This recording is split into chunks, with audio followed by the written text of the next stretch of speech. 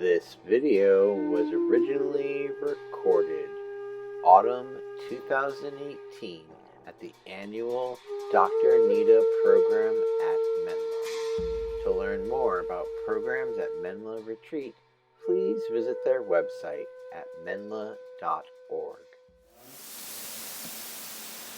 Breathe in through both nostrils.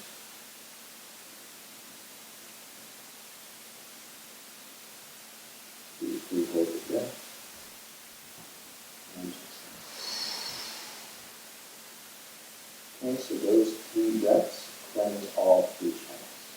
Okay, so we'll repeat that. Yeah, so you imagine they're like 3 tubes, right? So especially the tubes on the 2 nostrils, they start here and they go up and down like this. So as you're breathing in, it's like we're using the finger to trace like that. So it has the breath and the vitality, the light is coming through those channels and filling it up. It's like a hose. Okay, so we'll do it all together. Breathing in to the right, filling the right channel with energy. Deeply holding the breath. And exhaling to the left. Breathing into the left.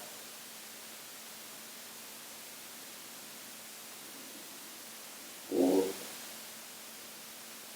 Exhale.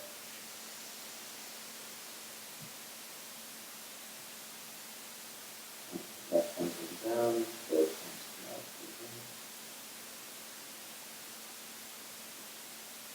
Hold.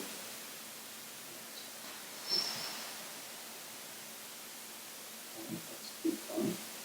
Hold to the left, breathe into the right. Imagine bright light is filling the right hand channel. And as your finger goes down, you're tracing at the point where that light is. And as you exhale, imagine you're releasing all kinds of stagnant energy from the body. Breathing into the left, feeling that left channel.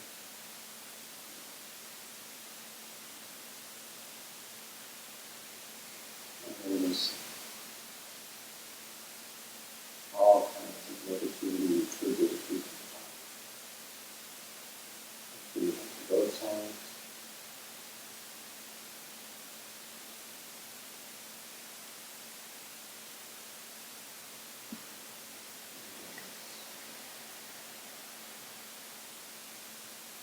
See that up in my body. Breathing into the right. The right hand channel is red, so you imagine it's like the red light is getting cleansed. All the red and hot nature, diseases, and negative thoughts are all released. Left, cleansing the white channel. All of your cold nature problems in the body and mind, all shift.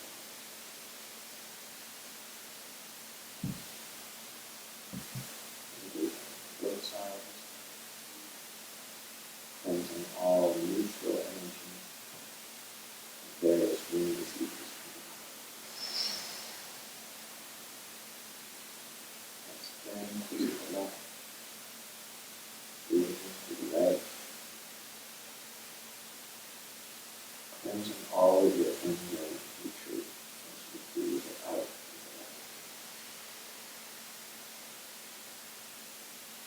Breathing to the left.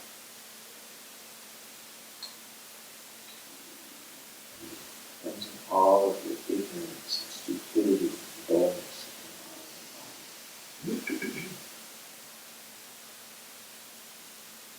And breathing to both sides.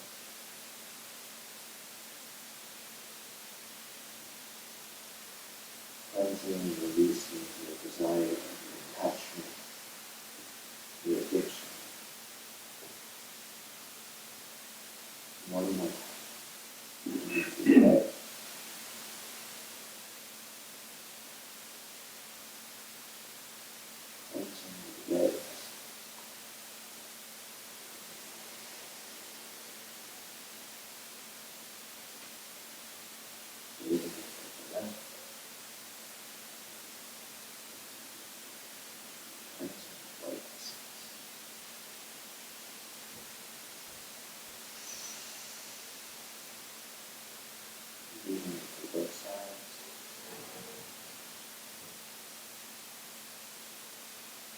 cleansing your subtle mind.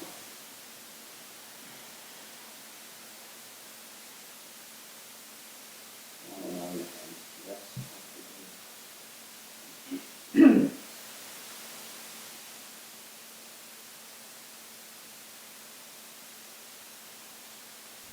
Visualization, Karmamudra visualization. So again, you visualize yourself in this empty body form. You can visualize yourself as like a naked Buddha, or any other divine form that your body is holding. And in our central channel, you visualize in your heart a turquoise syllable hum.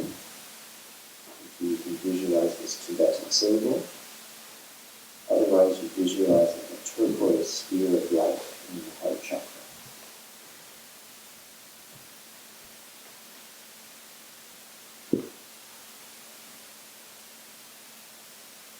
And visualize in the crown of the head is the white drop. Did you guys switch it for men and women? Yeah. Okay, so if you're a woman, you can choose either way, right? Either the white or the red on top. And if you're for men, it's the white. Right, so visualize the crown of the head. Imagine it's like a drop of quicksilver, like a little sphere or a drop of liquid mercury.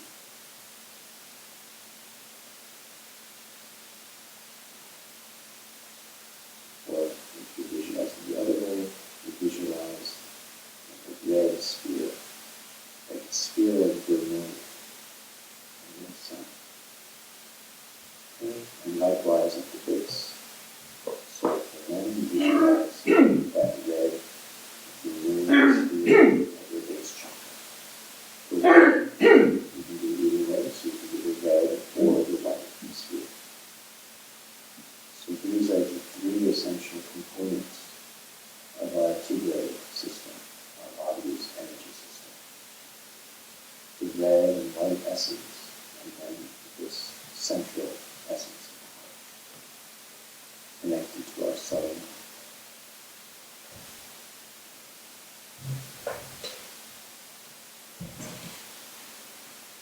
Allow your eyes to focus upwards, focusing on that crown point. Try to hold that visualization.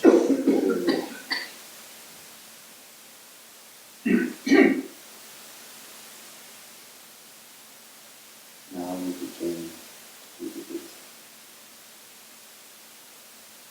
So as you inhale, you imagine this blue sphere or hum in your heart is moving down. It's moving down to that place at the base. So when you fully inhale, that blue energy is at the base. And when you exhale, it's gradually moving up the central channel, all the way up to the crown. And then it's hitting the crown. So like that, you breathe in and out, feeling this sphere is connected to the upper and lower points in the central channel.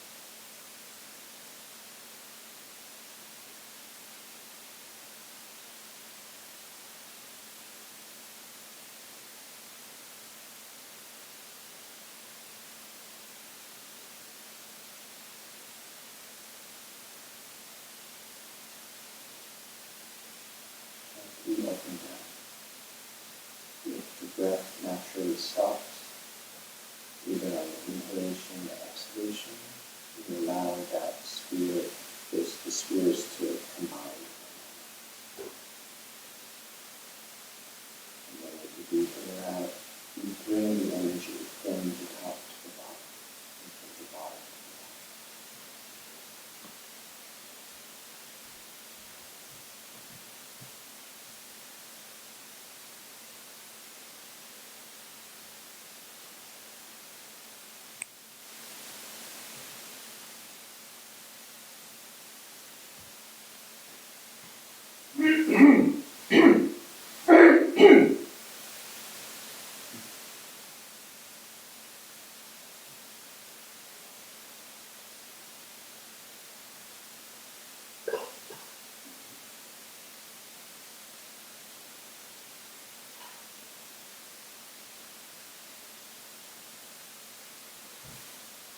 And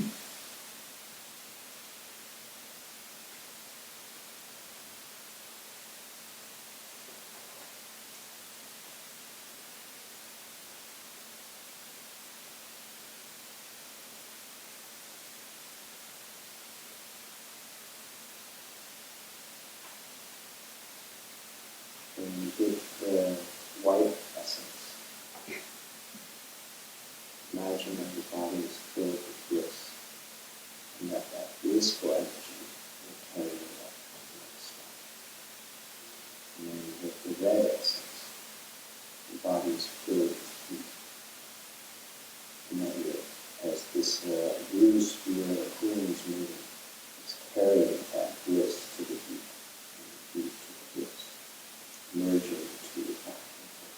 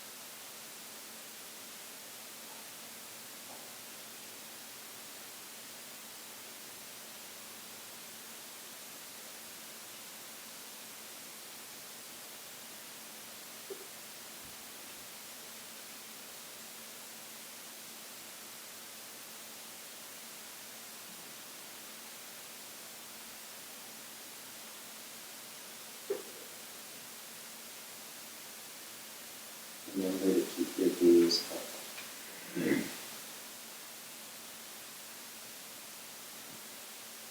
Allowing breath to flow naturally.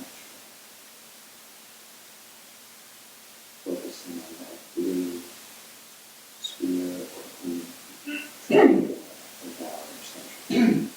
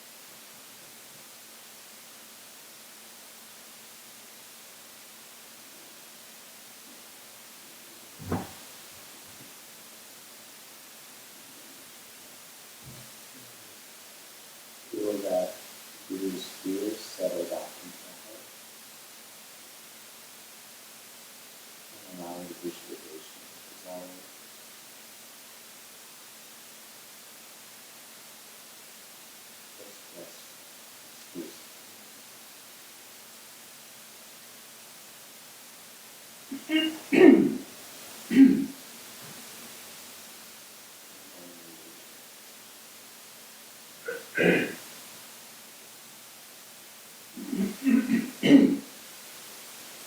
is that? Were you able to start to feel the two places? Kind of fun. Yeah, super fun. Have you I was seen reading it like that you understand. It's a good thing to So do. when you die, Mm. and when you lie down on the right side, and when you fall asleep, you practice doing that. Exactly. With a red going up, and a red going down, right. Have you seen this kind of One? Have you seen this kind of breathing frequently in other? Not really. Well, the Kala chakra has something a little bit similar with a slightly different chakra arrangement. But they do have and also chakra samvara. You know, I was thinking, I didn't get to comment when I was talking earlier, because he gets quite vulnerable when live streaming. He's so cheerful. I think But that's Kala just chakra, wrong. Kala chakra stands with his left foot bent like that, and the right one extended, and the right one he's touching a red desire deity, Karma, Mara, and his left is touching a white hatred deity, like fierce, Rudra. So, and there is a commentary in the Vimala Kabbalah that says that those two are touching the bottom and top of the central chakra, and then they call it as a male form. So it's that's what the meaning of it is, rather than just oppressing those particular demons. And I was going to say that it's kind of a neat thing. And so there is a kind of thing like that. And then we call chakra procedure, instead of the illusory body, we have this thing of stacking up the red drops and the white drops in the central channel, 21,607. So that's a sort of more exalted, more complicated thing, but it is definitely in the same ballpark. Yeah. And most interesting thing, very interesting thing. So the other thing that when we were thinking about this earlier this year, Kalsaka thing, which is that Kalsaka has three throats, and one face that is like a fierce dark face, and with the lucid one red lust face, and a white peaceful face, and which of course connects to the three channels or so. But since three of them have throats, then in a way when you breathe in, like in a yoga like that, you're breathing from three sides. The fourth one, which is the samadhi golden face, is not breathing basically. I think you get the idea. So therefore, the loops coming from the third eye on three foreheads kind of have to be, it's not a closed loop just from the front going to the top and then down the central channel, from the central channel. It has to be open at the top because three of them are joining. There's a hub of three in-breaths, visual on the wall. And that's kind of, therefore, the idea of just an open top is kind of there too, in that sense. So I think how Tantra testing has it. The other, like you might think of, with some other, they just have, you only have one throat, although you have three faces. Wow, that's fascinating. Or four faces. Yeah, this is I think it's a quite unique, but I'm sure Dr. Nida talked a little bit about the Ito tradition and this Oh, yes, concept. yeah. So, yeah, I haven't seen in Tibetan tradition anything else exactly like this, which is also something that you don't have to be able to hold some very elaborate visualization. Right. And you don't have to have mastered your channels and rooms and so on to be able to do the practice. And it's very simple, but yet it's quite powerful. And just that bringing a connection between that bliss nature and the heat nature and bringing them together, it's really quite powerful. Very cool. There were some questions at the end of the last session that people said they were holding, and they wanted to bring them up at this time. Does anybody remember those questions? Or The question not about the is there a moving mic? No, there's not. No moving mic. Speak up, that's all. something similar to that breathing exercise. Oh, with the nine purification Yeah. breaths. Yes, so. Can you repeat the question for Yeah, so the question, or it was a kind of a statement that in the Theravada tradition, which is one of the great, contemporary traditions of the ancient school, which, Which is, the Dungeon Theravada. good job. Yeah. Yeah, They're also doing some similar type of nine purification practice. yeah, So actually, yeah, really every Buddhist tradition, every Tibetan Vajrayana tradition will have a variety of that. Some of them are more kind of forceful with more intense breathings. Others are more just using more visualizations. And it depends a little bit which tradition that's coming from. So even Dr. Nida teaches a couple varieties of that nine purification breath practice. But this one that we're doing was one that he was taught in the context of this is something that is very beneficial to teach for everyone. And this was in the context of Tibetan medicine. So some Tibetan yogas, there's a lot of very intense things with very strong breathings and, things that require a lot of training to do safely and properly. Whereas this one is very effective and it's something that everyone can do. So that it's using this gentle breath with the visualization and so on. But yeah, if you've learned another form of nine purification breath, of course you can do that too. Even if you study Hatha Yoga, there's this Anulom Vilom, the alternate nostril breathing. It's a similar kind of function. I don't know, just on the comment of that, because I couldn't hear it. Yeah, sure. So you went into Samadhi level volume. And, because of my hearing, I apologize. Did you talk about the plumbing connection of the three channels Yes, at the so bottom? the three channels, they're leading Yeah, four it's like fingers a triple below the plumbing navel. joint, Exactly. where the right and the left fit into each other, and then both fit up into the bottom of the central channel. Exactly. And in the general Phoenicia Yoga Tantra use of that, when you do it down the right side, that's your red channel. And then they are always aware of the fact that above and below every chakra, there's a knot, each of the two side ones, knot around the central channel and pinch it off in normal daily wear, let's say. And at the heart chakra, there's a triple knot of each one, so it's a six-fold knot, it's famously stated. And when you do that breath, you in those sessions, you hold the breath in for a little longer, although the movement of the hand does that automatically without having to think about it. And then you're supposed to imagine that the kinks in the right channel have sort of loosened, and magically, like it's one of those things where a knot is pulled out, it might magically like that, it should look like it shouldn't be, and it comes loose from knotting up the central channel. And it's like one of those balloon dog things that sculptor makes so much money out of. And it becomes like a flexible balloon that has no knot or kink in it. And then that energy, then when you held it to do it, you have the idea that it becomes like open. Then it goes into the left side, and then you breathe out on the left side and thinking that's opening up the knot on the left side. And so you go back and forth like that, and then finally both of them are open, and they fit into the central one, and then you exhale to the central one. Yeah, exactly. So it's a little more elaborate, but the whole point of it is to imagine that you unknotted the central channel so it becomes open. And that's the main point of the practice, whatever. And all of that goes to, I think, probably the more fundamental discussion that you guys may have been having is, what our body is.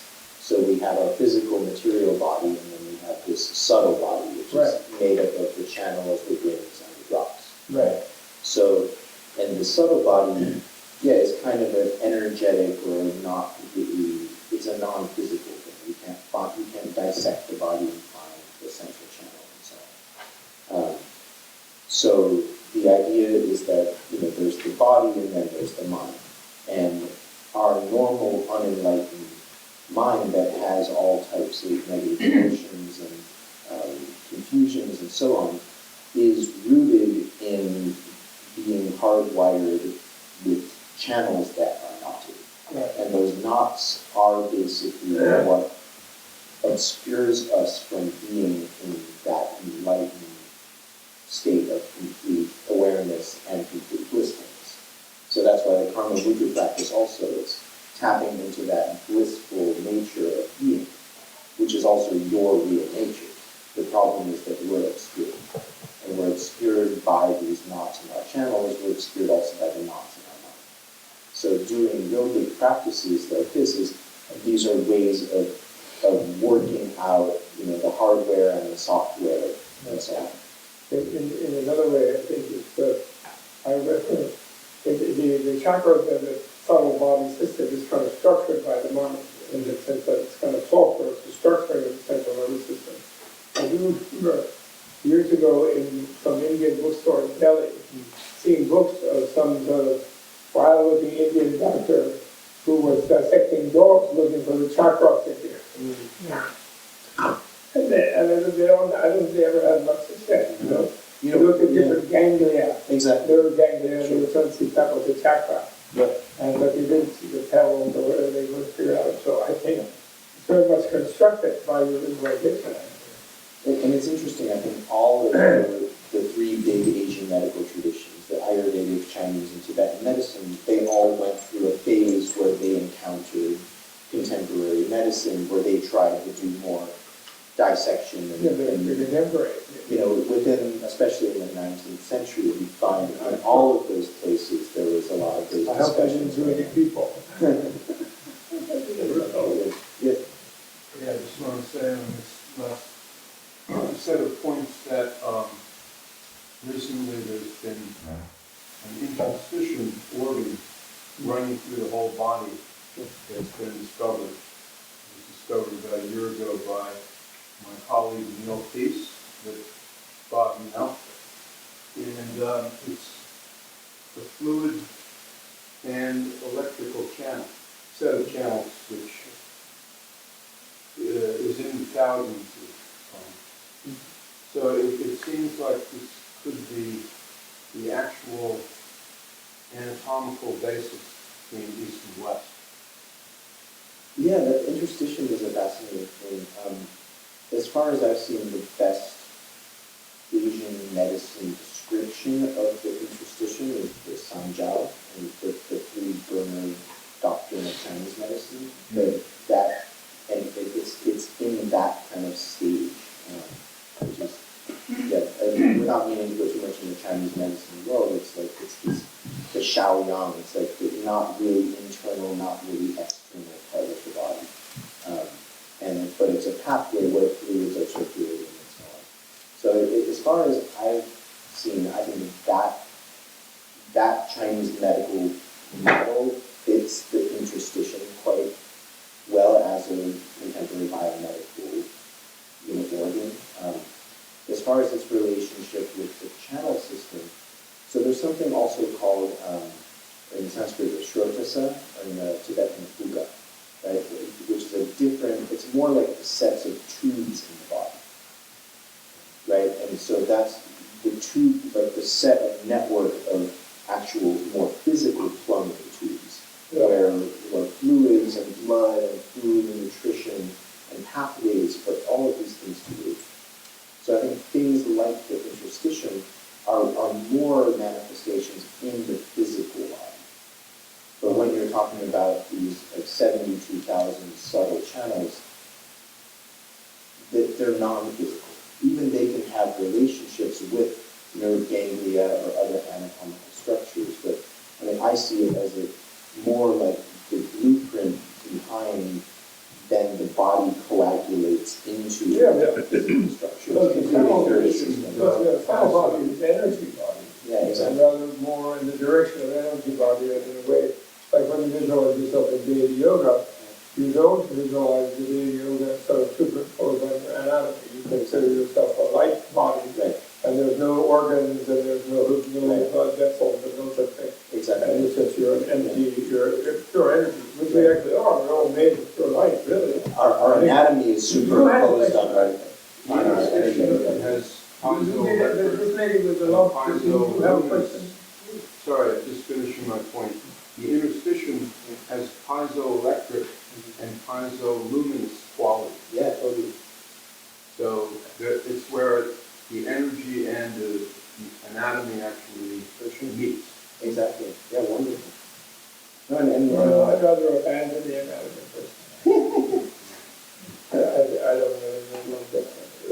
example, the goddess in the Menla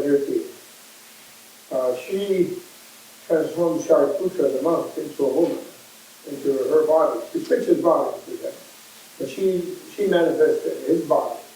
And how did he do that? If she's stuck with a bunch of wetware, and he's stuck with a bunch of wetware. She reduced, on some level, we're made of atoms, right? According to the physiological people. There's atoms in the cells, the molecules, and there's atoms. And the atoms are, what are they? Does anybody know? I don't think so. So these yogas are dealing with the mind approaching things in terms of pure form, where it's not pegged down to these kind of gender things and the desire around horse bodies.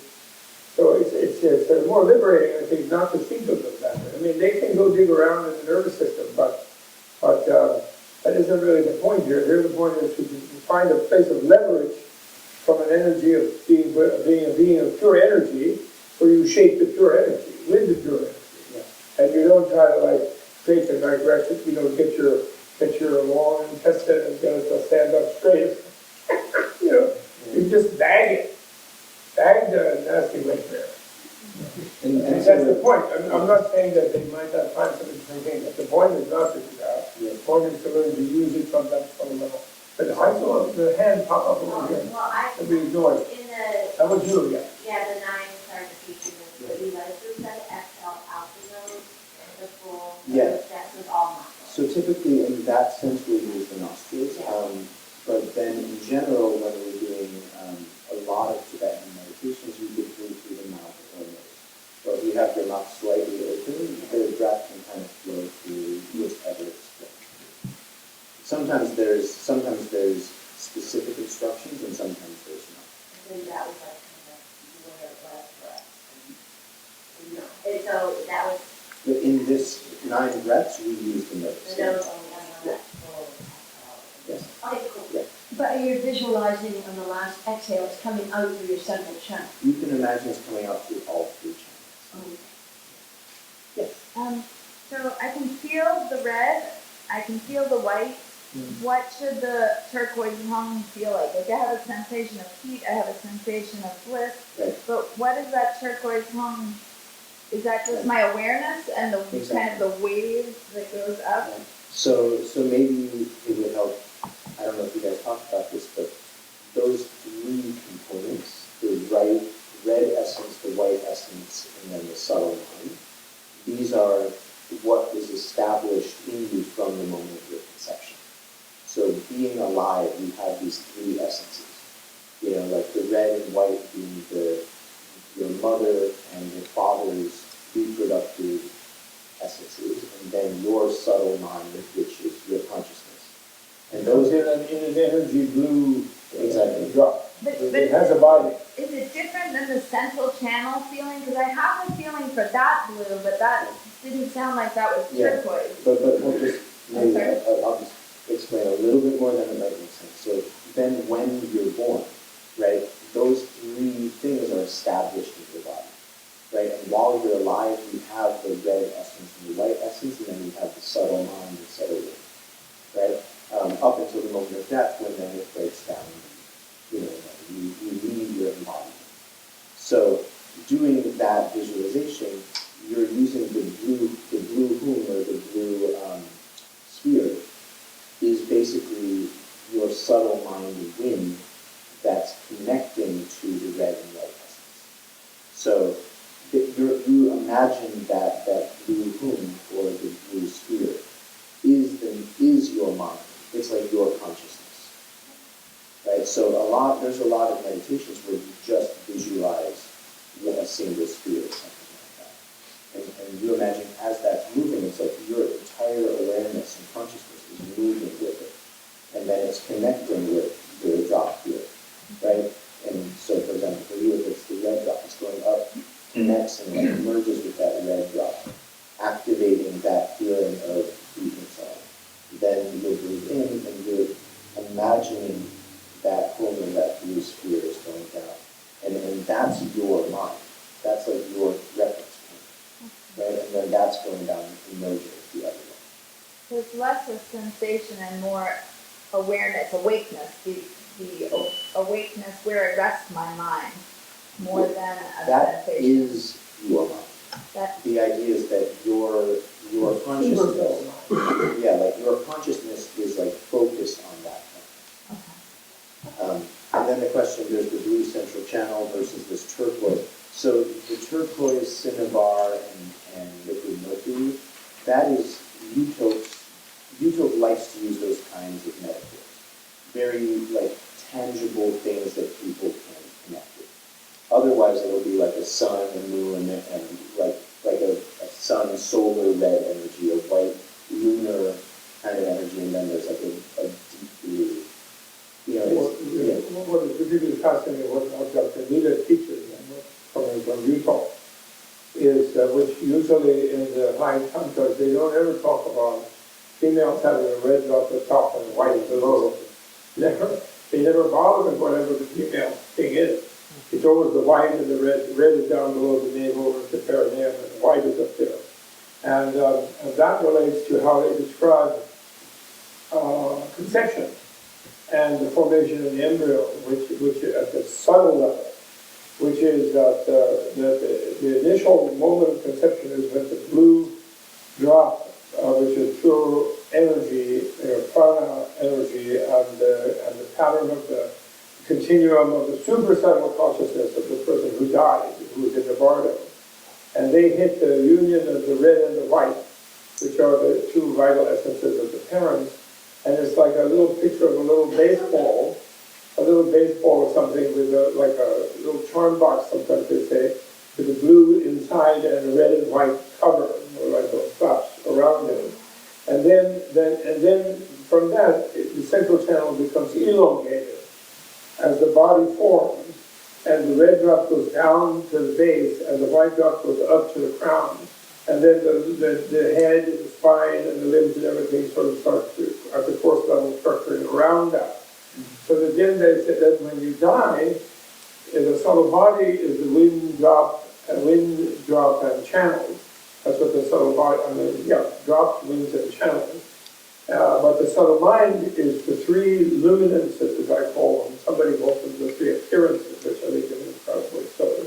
Because there's nothing appearing to nobody, that's what your consciousness entirely is. And so one of them is this pure space of moonlit space, one is a pure space of sunlit space, and one is a pure space of dark space, like a bright darkness, as you can imagine. So dark that it's bright. That's sort of like the dark energy place. And each of those has a lot of instinctual surges associated with them. Like, and they're weird. Some of them are fighting and also greed. There's sort of mental things and physical sort of statements, but there's no body to do it, but it's like an urge to move or to grab something or do whatever. It's a weird set of 80 things that are like, they're called prakritis or instinctual patterns. And so that's why the normal day person doesn't have an experience of a pure white plane and a pure red plane or orange red plane, polar plane, and a pure dark plane. They just lose consciousness of it. But what those are is the first one, the stage of the pure white plane, they explain in the subtle body language, as the white drop comes down and rejoins at the heart chakra. And then the second one, the red one, is where the red drop comes up and rejoins at the heart chakra. So it's like back to that original thing. But then, because it's the depth, then the darkness is where the blue drop, which is your deepest super subtle consciousness, is again caught within the red and white drop. And then the depth thing is where you leave that and go into what's called the clear light, which is sort of really rediscovering what is your essential awareness, actually. And therefore everybody at that depth point has an experience of this inexpressible Buddha consciousness, actually, which, because clear light is, it seems like a micro thing coming at the depth point, but actually clear light is indivisible, all Buddha's awarenesses and all beings' awarenesses, so it must be some weird experience where you're sort of going into this thing and then suddenly you're everything, and this is so threatening to the person who's never trained to kind of let go and is struggling to find a mechanism in which they inhabit and they can then fend off the world or grab hold of the world in a certain way. the whole business about sex is because that state of the open central channel and that state of self-identifying at the subtle and then the super subtle level is also touched in life during orgasmic experience.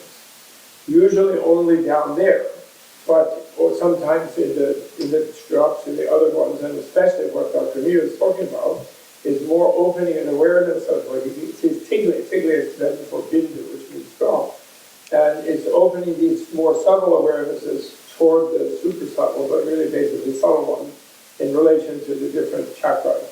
And letting go and being there and not insisting on inhabiting all the mechanisms, letting go of all the mechanisms. You follow? So therefore the sex thing connects to the death thing, very, very so, at a very advanced level. But then every night, I mean, in a way, when you lose consciousness at night, you are going into a dark place later, and actually you go through the white and the red thing before the dark, but we never notice it, because we're just so exhausted, we just want to funk out. And we just think we go into darkness. And interestingly, it might be, people always talk about, oh, I saw clear light. And then in the 60s, they would say, yeah, man, I saw that clear, the white light, they say. But clear light is not white. Clear light is gray, like a pre-dawn twilight. But yet it's a gray, but nothing you can say about it is blue. It's like transparency also.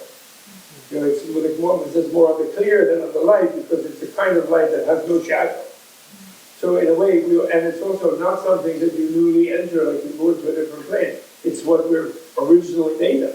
It's what everything is. It's the plenum of Buddha energy, you could say, in the world. Vajra energy.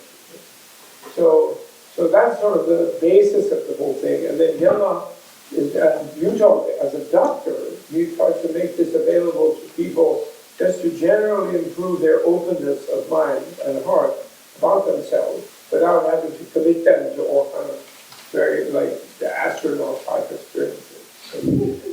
Okay, does that help? Yeah. I think personally it helps to have a sense, even that advanced basis, that's the basis. And then the simple thing one does, one realizes, gee, I'm mobilizing, I'm touching that even though I haven't quite, like, the end of the world, sort of thing. And I don't wonder if anybody can ever figure it out. Yes. To pick up on what you just said about the red drop and the white drop separating at conception and the blue essence elongating into this final, into the central channel. Can you hear me? What's your question? My question is it different in a girl? Well, that's the thing. Oh yeah, I'm sorry, that was what I was saying. So then the red, I don't think so, actually. Yes and no. In other words, I think the girl, because the girls and boys are both the same, actually, really, ultimately. There's a kind of definition, because there is a desire realm where, I believe medical people say a lot more people are born hermaphroditic and are corrected quickly by some parents and some surgeons and things. And there's a lot more of the, because both have both things. Everybody has all the equipment. And, some people, the nice, well-kept ovaries just fall out there vulnerably and dangle there, very gloriously. And, but they're all the same things. And so in a way, at some deep, super subtle level, I think it's the same. And therefore, people can do trans. Nowadays, there's those trans things going on. And because these things, they're all there in the system, And,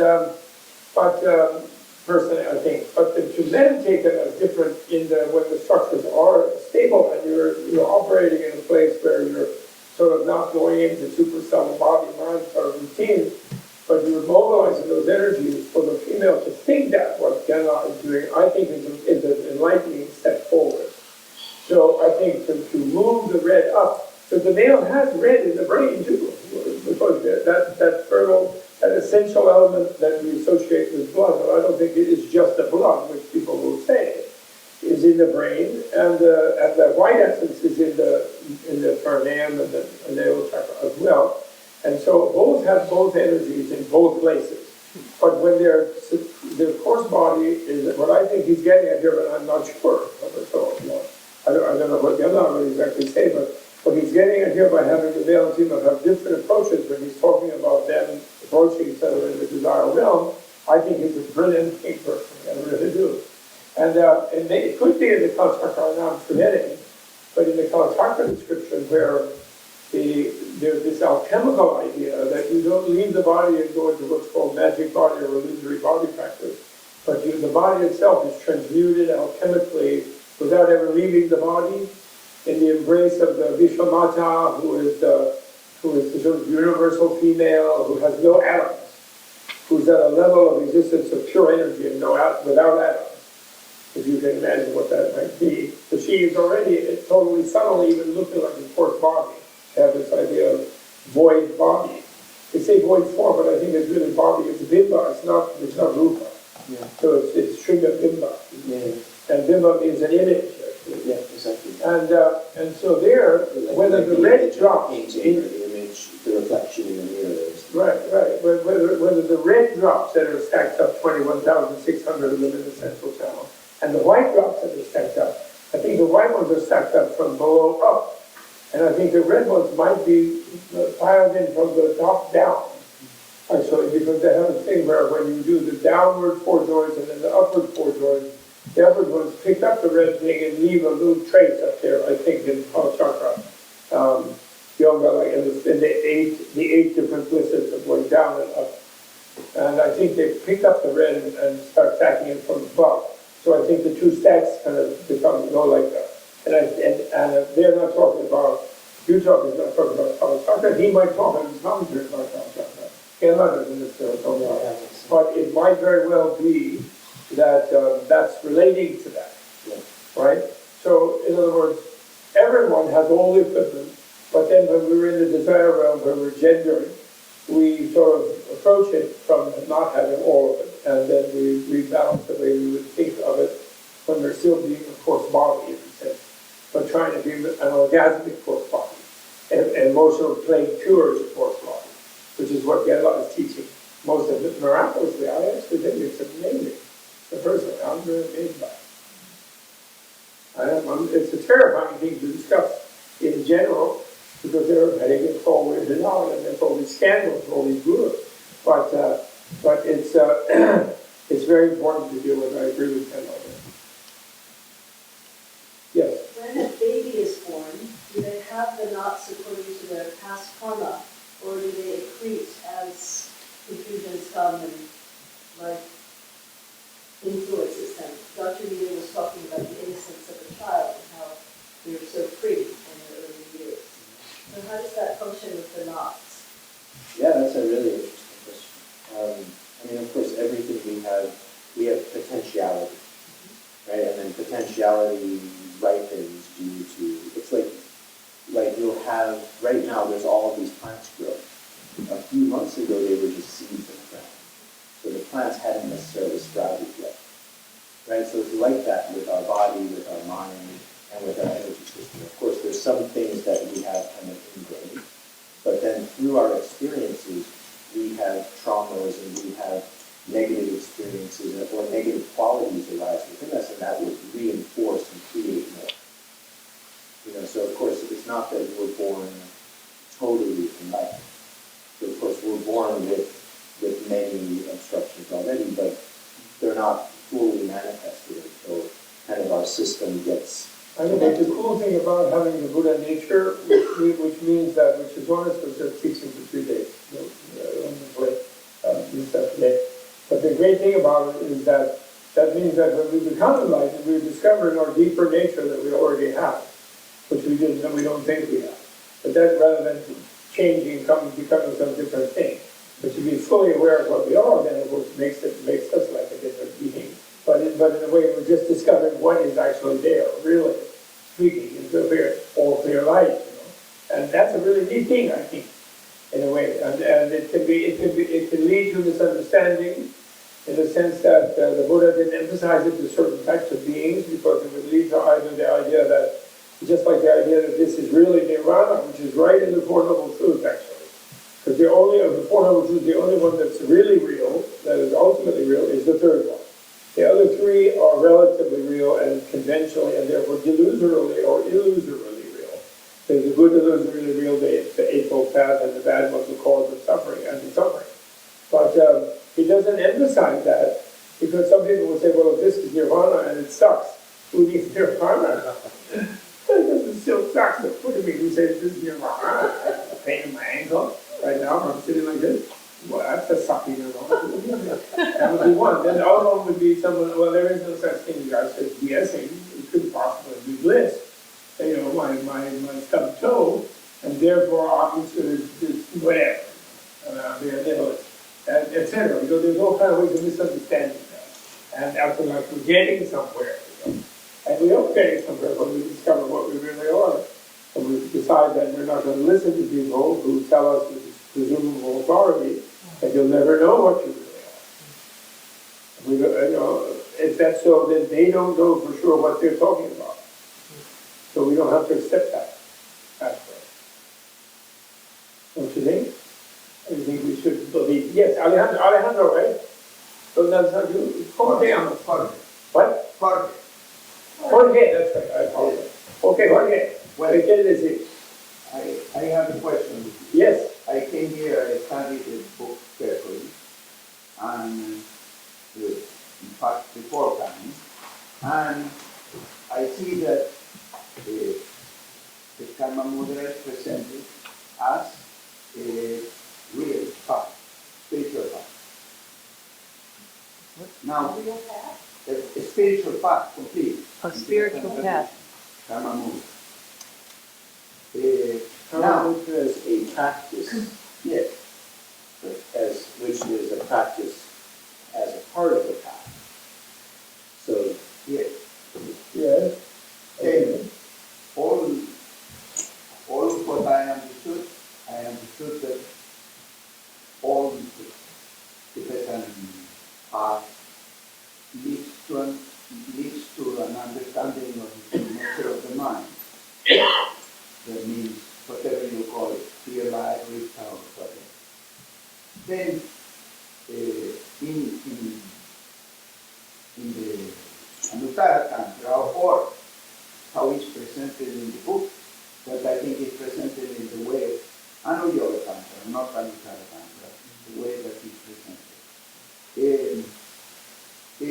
I think it is not completely clear for me at what point this will lead to in the other, for example, in the other Anuttara Tantra, you reproduce the state of death energetically in the body. And in this mind, in the most subtle mind, the third level of the mind, then you discover the true nature of the mind. This is why you put first the prana in the central channel, and then you drop the white and red figure, and you reproduce in the state of death to recognize it. But here, I think it's not clearly described. I would like a little bit of a commentary. How deep? Because I'm asking this question from a practical point of view. From my hearing, it's so bad about getting like a question. maybe to, You understand? maybe The to question paraphrase, he's saying, how does Karmamudra lead to enlightenment? Oh. Basically, how does the practice or of to Karmamudra, recognition of the nature of the mind. how does Karmamudra lead to recognition of the nature Of the mind. Well, I think I think karma, you know, there's different arrangements like 2, 3, and 4 kinds of mudra, and mudra, you know, means a gesture or a seal, like where you press on wax to make a seal, right? And the karma mudra, it is said actually in the Tantra thing where you're on the path of enlightenment, it says that not a medical thing, but where it's a yogic thing. It says the karma mudra is for the denser type of person. Actually, the sharper one we go with jnana mudra, and then or even straight to maha mudra, and then there's the samaya mudra. There's other ones like that, but some people need karma mudra.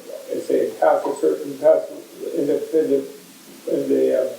samadha thing, past the third stage of the perfection stage, you need a partner. And the complication of that is why that becomes the enlightenment by that path, although it's supposed to be so quick, is so rare that both partners have to be at the same stage of development. You can't just go grab someone off the street, either a male or a female, depending whether you're a male or a female. You can't do that because they just want to have regular sex, and that it isn't that stuff. So Karmamudra just means a physical consort, which is needed by a certain type of being at a certain stage. In that context, in the medical context, the way that Menla is teaching and Yutok taught, and Lela Rinpoche taught, and Ju Mipam Nyingma taught, and Genjin Chumpel, who was the Nyingma Gelug Tapaga, also taught. I think the idea there is a little more easygoing. I don't think they're looking for through that enlightenment in this life by itself. For that, President Menla himself would teach someone Ati Yoga more than necessarily than Karmamudra. But some people, this Karmamudra can be helpful to them to be more enlightened along the way. But it's not intended to catapult them into Ati Yoga, although he theorizes that there's a way it could fit in to becoming a motivator and connects to the Nyingma kind of concept of Anu Yoga as preparing you for Ati Yoga. So in that sense, there could be a connection. He mentions that in the book. I was just looking at it earlier, rereading that section.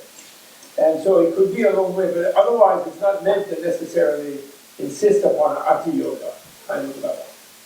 It's just meant to open the being more like a therapy almost, and open, love relationships into a better way of being, more considerate, less abusive, more mutual, and to generate what he's challenging us all to say how many orgasms we have, a more orgasmic way, and seeing orgasm, which is basically a big letting go sort of thing, as a more filling the life in another way, not just in the sexual thing.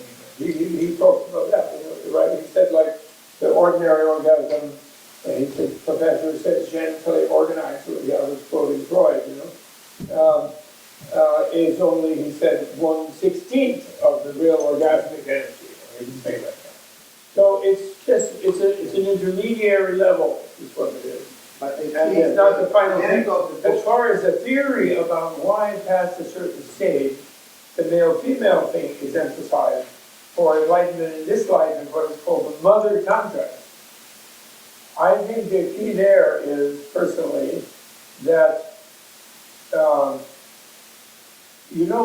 don't know if you read or is popular in Argentina, the near-death experience type of books about people who died clinically.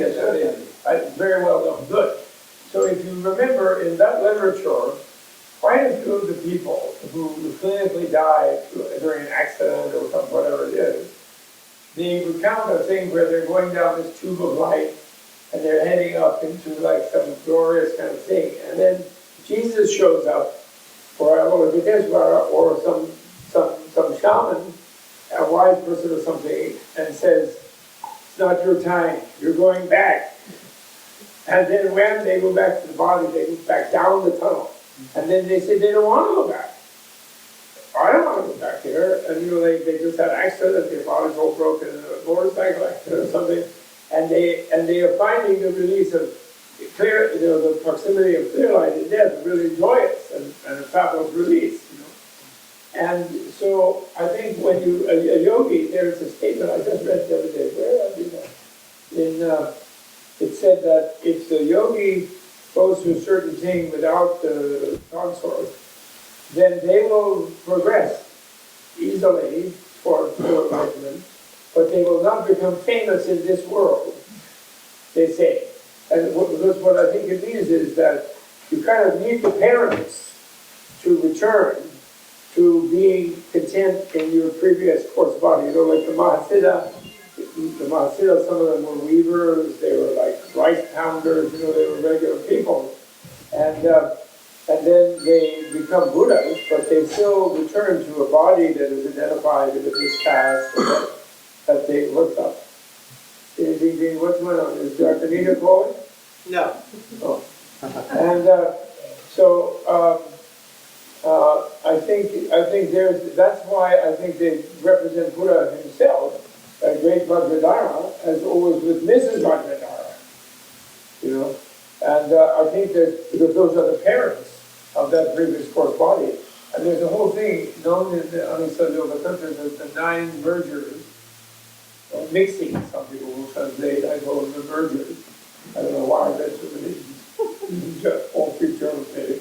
The 9 mergers, and where you merge back and you in a way take rebirth back in your own body. And there has to be a mom there. Because I by myself can't do it. So the parents are waiting there for you in the samadhi, and both male and female, ideally if they were both in the same level, they'd be out of the body almost, or in the Kalachakra thing into the sort of plane.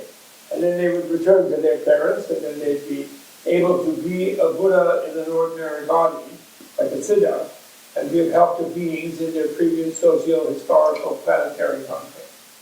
That's my own theory, but I like it. Can I add something? Yes, please. So if you look at this Karmamudra practice, like inside of the utopian book, right? So it's actually what this is coming from is in the chapter of the Dzogchen chapter. So in that it's an interesting structure. Yeah. So the first part is about, so basically the idea is it's like an alchemical transmutation of our normal body, energy, and mind into an enlightened body. So that's this like alchemical yogic path. And within that, we have our normal physical body channels. We have our normal winds or energies, our karmic winds and energies, then we have like wisdom or enlightenment or energy. And the same way we have these tiglas, right? This essential wisdom drops, which also can have their process of refinement and transmutation as well. So in that there's the channels are connected to the body side. And so there's some practices to develop and work with body and channels and so on.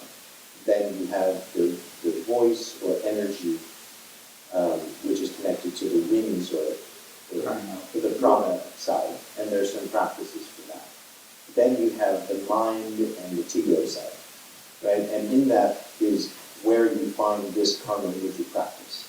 And it's so it comes from that. And it says, okay, as for the transformation and purification of the tigla, right? There it says, for young people and people that, are energetic and so on, you can practice Karmamudra. For people that are older or their channels aren't suitable, then they practice this Mahamudra meditation. They're all worn out. Mahamudra. So that's how it begins. And then it goes through these practices. So a lot of what we're doing is refinement of the tigla portion of the body, which is generating this bliss points. So it's creating the sensation of these 4 joys and so on. Yes. Right, which is also simulates right. And activating these kind of latent potentials in our body to awaken this naturally blissful state, which will help us to realize the naturally blissful state of the mature mind. And with that, like Bob was saying about, this idea of recreating your own conception and rebirth and all these things, it's also this practice of the union of non-duality, like we're born with a single gender, and then we somehow complete ourselves. So in that is the practice of the male-female union, whether in the visualization of completing your own male and female nature, or through this actual Karmamudra practice, whether with a human or with a visualization. So as far as I understand from what Yuto is saying, it's a way of kind of awakening and refining and expanding these tiglas inside the body, which are directly connected to the mind, right? And to awaken this natural, this clear-like recognition of that state. The thing that's really nice about it is to underline. Karma, the word karma, indicates that it's a sort of intermediate level thing. Karma means your course body is evolving. I translate karma as evolution. actually fundamentally what it is.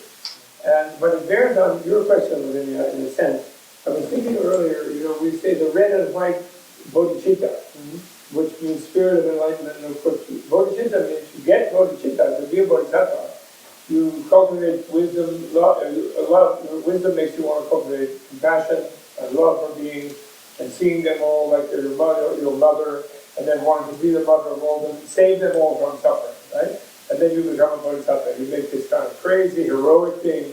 I'm going to be the mother of all beings, which is the drive for Buddha, but that makes you a bodhisattva, right? So then we think, well, but everybody has red and white bodhicitta. So that means that if you have normal vitality, those tigles, that if you never heard of Buddhism or the idea of being a bodhisattva, you think that being a messiah complex is an insanity. Because you're in a materialist culture, and in no materialist culture can anybody save everybody except Donald Trump. Otherwise, nobody can save everybody. And so you're insane if you tell a psychiatrist to say, I want to save the whole world, they're going to lock you up and give you tranquilize.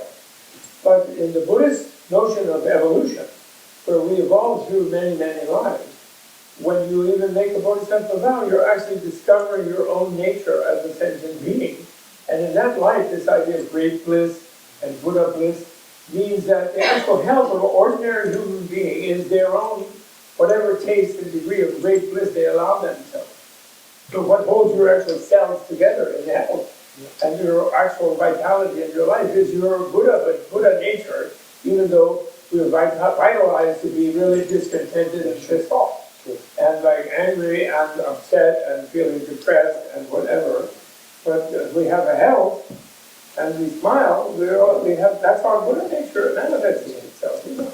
So the Dalai Lama's theme, where he tries to say that every human being is this social animal, and really love and kindness and compassion is the human nature.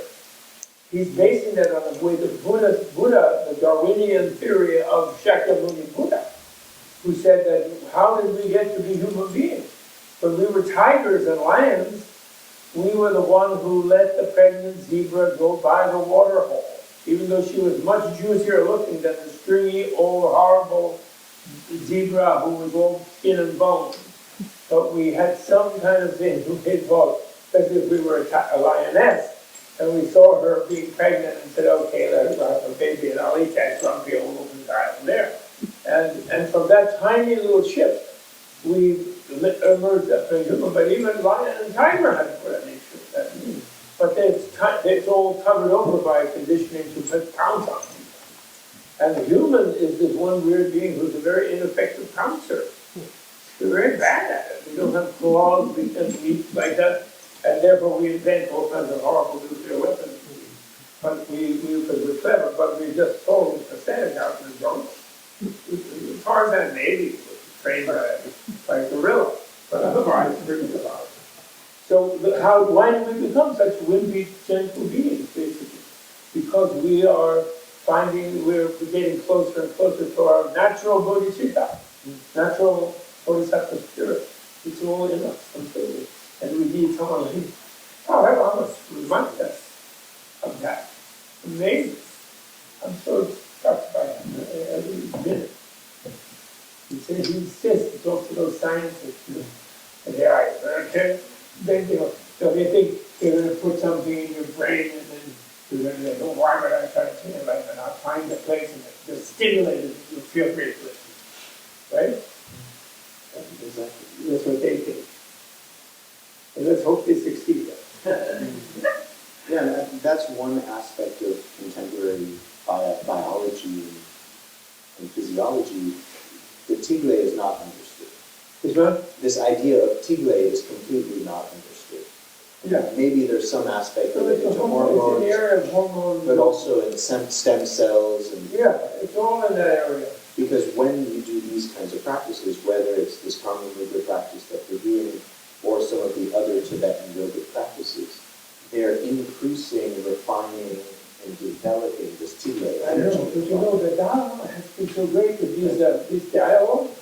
The lady at Rockefeller University who discovered 15, 20 years ago now maybe, that the brain also produces stem cells all the time, and so your brain cells can increase, the neural net can be increased at any age, even though we only use for Karmamudra at our age, there's still that, those cells are there. She fought for 20 years with this big shots at Yale and neuroscientists and no way, no, brain, because they are projecting from their sort of dismal, doomed, terrorized Western social reality that the brain, that something has to go wrong with you, and so you're just going to they're sitting there drinking their highballs and their cocktails and wrecking their brain cells, thinking that they're just getting wrecked anyway. Yeah. And they fought her tooth and nail about there's no way that the brain can regenerate at a certain age. And they're just projecting their own depression in their science, that's all. And that's why also, for example, these kinds of practices are very linked to the practices of rejuvenation. And how to reverse aging and how to re-transform the body and develop vitality and so on. It's tapping into that potentiality that we have even at older. Yeah, definitely. I mean, everybody looking very suspicious that they have a nature, you can know everything. You shouldn't, really.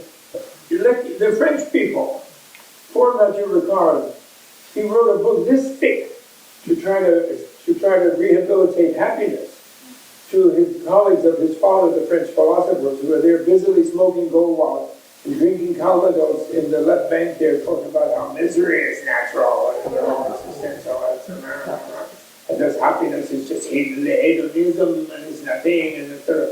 But nevertheless, and the poor guy wrote this huge thing like, happiness is okay, he's trying to tell them, and they wouldn't get it. And meanwhile, however, what is the French word for an orgasm? La muerte pequeña. Le petit mort.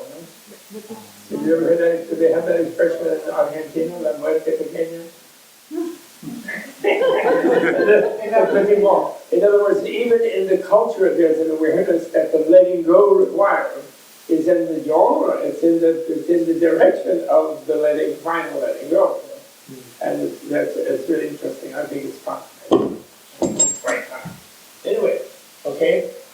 What else? There was some other question. Yes, William, right? Yes, sir. Am I right? Yes, sir. Oh, good. It's sort of technical. It seems like what came to me of this discussion was talking about pig-leg yoga. It seems like there's a pig-leg yoga in Anu yoga, and there's a pig-leg yoga in Ati, long day. Yeah. So these long day postures and Yeah, so there's different, the word Tigre has a wide sphere of meanings. And actually, I think Nita describes that in the book. So the concept of Tigre in Ati Yoga and in this context, which is more of the Anu Yoga context, are slightly different.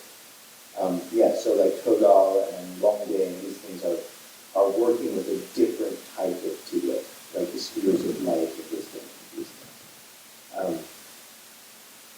I'm sure there is some deeper link with all of that, but that's for Dr. Nita.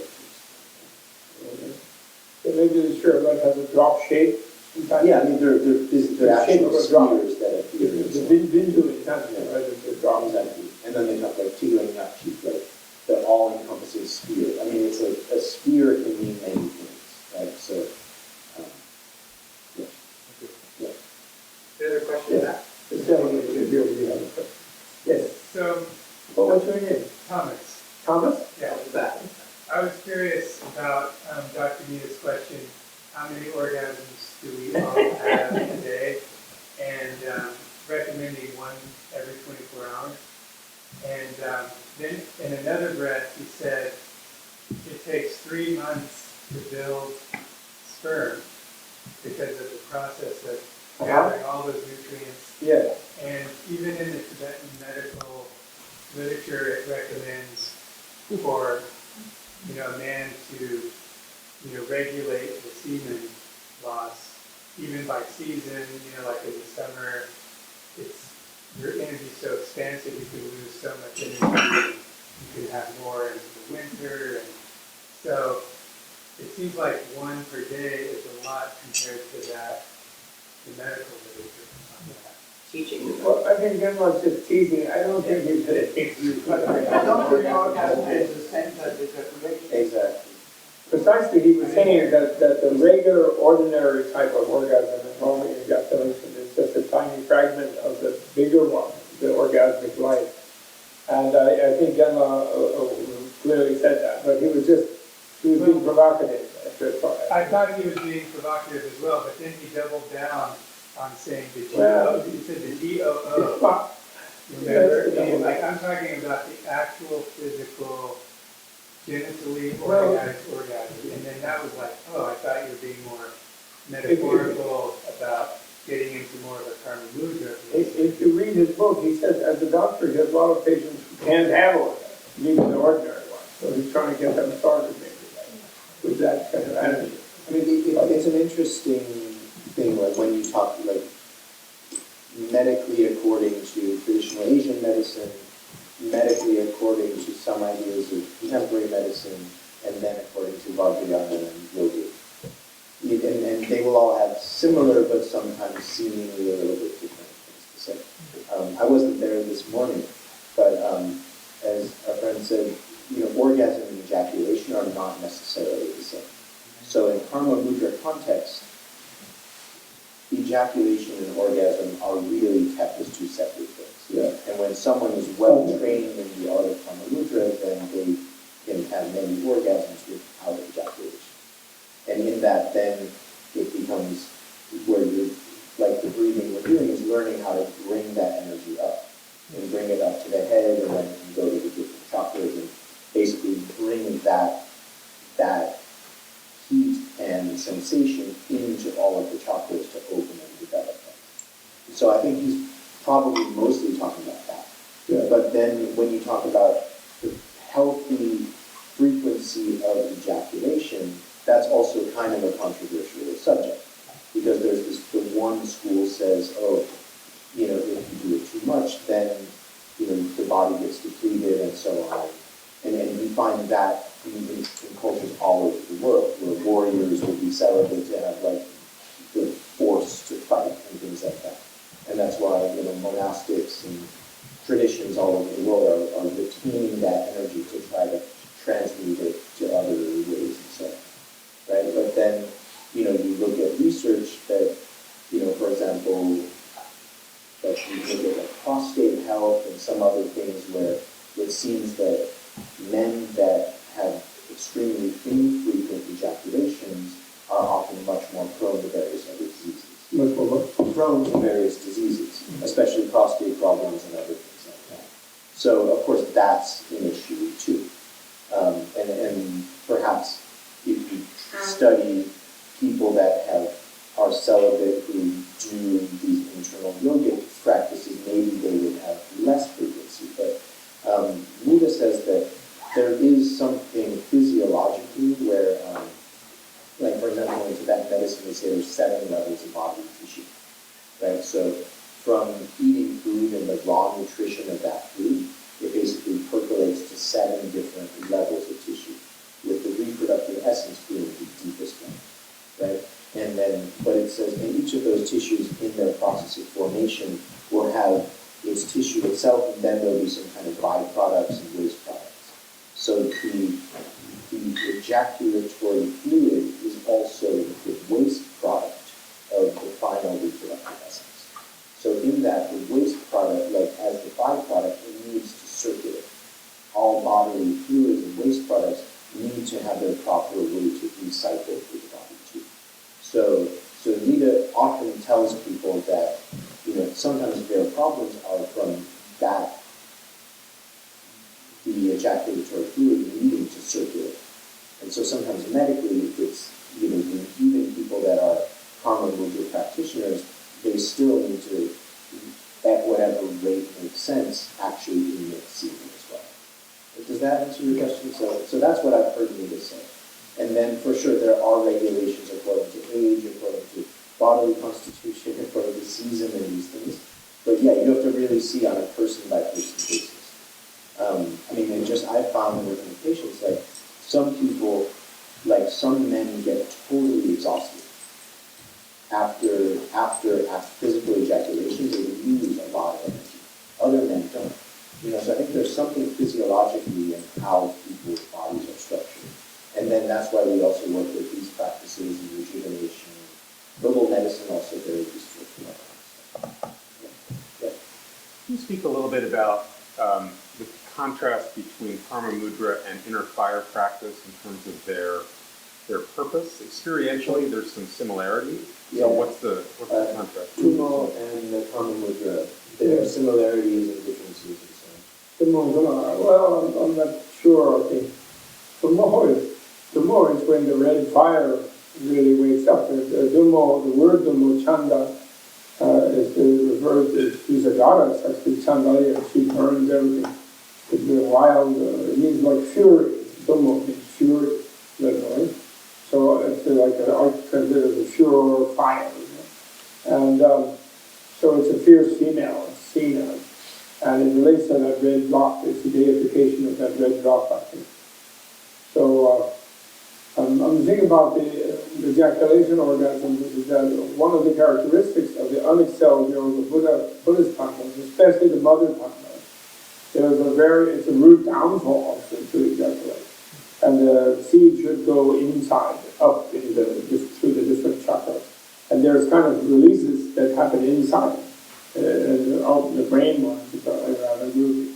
And but if it dissipates outside, that spoils the entire thing. And there's in the 5th chapter of the Kala Chakra, which is the perfection stage chapter, you get to verse 127, which discusses this matter. And then the Pundarika, the commentator, on the 8th king of Shambhala, he goes absolutely nuts criticizing Shaivite tantrikas, because they think it's fine. He calls them dripping. How are they going to take it?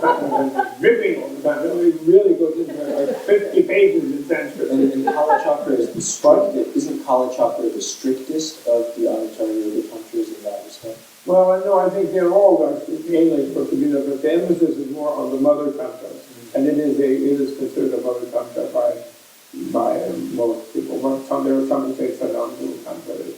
But then that's really all of them are non-dual, also the same. So they're in all of the Anastal Yoga tantra.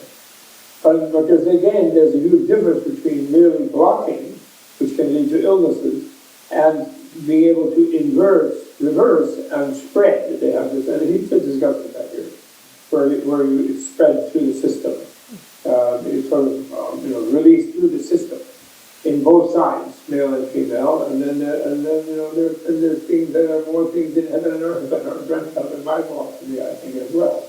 But so there is a difference between just sort of clamping down and really doing the releasing and the giving inwardly. And those are different things. I think. You should relate probably to the medical thing a little bit. Yeah, medical. Yes. Yes.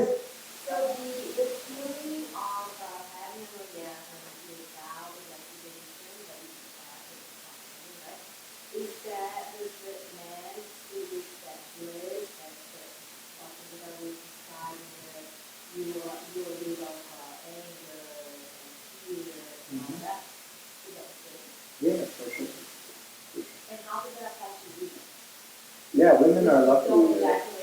Once every 24 hours. Yeah. Yeah, women are a lot luckier in that. Women what? They're a lot luckier in that context. I couldn't hear the logic, but I agree. I always like to say that, Buddhahood is defined as the perfection of compassion, as the Dalai Lama would define it. Since the female proclivity is oxytocin in a crisis, while the male is cortisol, then that means that the female is naturally more evolved toward enlightenment than the male. And it's harder for the male to overcome this destructiveness and reactivity than it is the female, who's therefore more aware of the connectivity of each being with other beings. So the life form of the female, far from being inferior, as it is said to be in the chauvinist cultures, which infects forms of Buddhism, even though they're in those cultures, trying to push them in a better way, but still infects forms of Buddhism in those cultures. Far from being inferior, then the female is superior and has an advantage. And I argue that some feminists like to blame Buddha, and they say, oh, that Buddha was such a chauvinist. His ex-wife and his foster mother came in the dust, wearing like rags, to be nuns and bhikshunis. And he said no twice. And then they say, because he's a chauvinist and he doesn't want women to have opportunity, and they go on and on. But then if you actually look at the reasons given in the text, he says they can easily attain enlightenment. He says it's not that they can't attain enlightenment. It's that the society will not tolerate it. And he predicted a flood of people who were enslaved in the male patriarchal social system to be servants and chattel, and owned by their husbands and fathers and things, and given and sold off to some like creepy old characters, in some family union thing. To get away from that, and there's an institution suddenly they can go and they can drop out and be respected mendicants and get free lunch and don't have to cook it. He predicted a stampede, and it did occur. And the Brahminical patriarchs, had limited governments for it. It was definitely the case. If you look in India, by the time of Gupta dynasty, time of the ascendance of the Gita and the sort of reassertion of the Brahminical king of 4th, 5th, 6th century, the nun orders are diminishing dramatically. They don't have a big Nalanda, they don't have big monastic universities and things, and then therefore to Tibet, the full Bhikshuni ordination never reached. They don't have them in Sri Lanka. The Chinese are the only ones who kept them, actually. They somehow exported them to China in the Mahasangika lineage, and therefore in Korea, etc., they had better status of Bhikshunis. And the Sri Lanka and the Times, the Dalai Lama has begged them to help him create a conference to re-establish from those lineages the Theravada lineages and the Sarvastivada lineages, because Vinaya lineages are historic. They have to have a historical lineage. And they refused. The Theravada people refused. So he hasn't been able to do that in the Tibetan one, but he allows and encourages Tibetan nuns and Westerners in Tibetan orders to go to Taiwan or South Korea and get the full Bhikshuni. But then some of the old dog Tibetan monks they act like, no, well, we're not really, they don't want to really deal with it, unfortunately. So anyway, I revel in doing that. Chauvinist that I am, I do enjoy it with an audience. And then the guys will kind of really, that's it. Actually, the females are way ahead. Whether they're meditating 17 hours in Zendo or not, they're way ahead. And the guys are but I enjoy that. Yes? I just wanted to acknowledge that argument that women are way ahead has actually sometimes been used in many different traditions to keep women down. So I just wanted to acknowledge that. What is it? She said that the argument that women are ahead was frequently in many contexts used as a way to keep women down. Well, that's what feminists will say. But I don't think they're saying that women are way. I don't think so. I think what they say that about is like a Gnosticism and other things, where they say women are wisdom just alone. They don't just not automatically say that in basic interconnectivity intelligence they're ahead evolutionarily is putting them down. I don't think that's because I don't think people make that argument because they don't see it like that. Because in militarist culture, it comes from militarism. Militarist cultures, women will be put down and beaten up because the men will become violent, that's all. And they'll dominate out of that, So I think that I agree with you. I can see that you are saying that, but I think you have to maybe limit that thing. By saying women already are wisdom, I don't think that is saying they're ahead. That's just saying it's sort of automatically, so therefore they don't have to do anything. I'm not saying that. I'm saying they're ahead in progress, because enlightenment is not just some light bulb going off in your head and like a super know-it-all becoming a super know-it-all. Enlightenment is a deepening of your compassion. And in that they are definitely ahead, I would definitely say. And I'll tell you, when I say that in a large audience, the men look really uncomfortable, and the women sort of smile quietly. And you can even judge a couple by seeing how quietly the women smile, and whether they actually clap or smile widely. and the guy kind of is cool, or whether they kind of suppress their response at hearing that. So I don't think they feel, anyway, they don't feel put down. Maybe you do. I don't know, it just feels essentialist in a way that is problematic for me in terms of, you know, that gender politics. I can't hear what you said. She said it feels essentialist. Essentialist, yeah. Oh, essential, yeah. In a way that is Oh, yeah. problematic. So I'm not trying to, you know, take the conversation off topic at all. I just wanted to acknowledge it, that's all. Okay, good. How I We feel. did not say good things about putting them down.